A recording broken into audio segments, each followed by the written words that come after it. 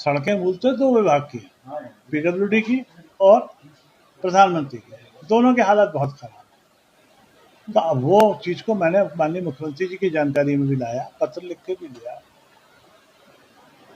और सब जगह तकलीफ एक ही है कि सबने बहुत कम रेट पर काम ले लिया, और काम पूरा करने को निकले तो रिश्वत कम होती नहीं, और उनको भी मुनाफा पूरा कमाना है। तो अल्टीमेटली असर क्वालिटी पे आता है, और क्वालिटी पे असर आता है तो ये सड़कें खुद जाती हैं, तकलीफ देती हैं, कई जगह विलम्ब होता है। हमारे यहाँ मंझौली ब्लॉक में एक सड़क है पौड़ा से बचैया, पिछले 3 साल से ज़्यादा हो गए उसको बन रही है, तो बन ही रही है।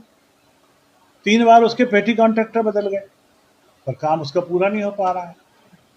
अभी साल भर पहले मंत्री जी ने जो भूमि पूजन किया था वो सड़कें आज तक नहीं पूरी कर पाई हैं।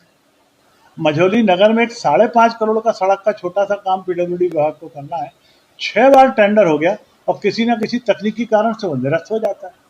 समझ में नहीं आता क्या है।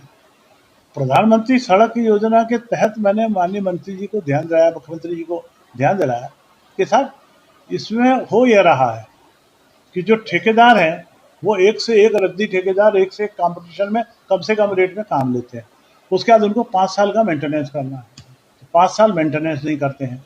तो केंद्र सरकार ने एक नया निर्देश दे दिए थे कि यदि 5 साल में जितने साल का मेंटेनेंस नहीं हुआ हो उतना मेंटेनेंस पीरियड उनका बढ़ा दिया जाए।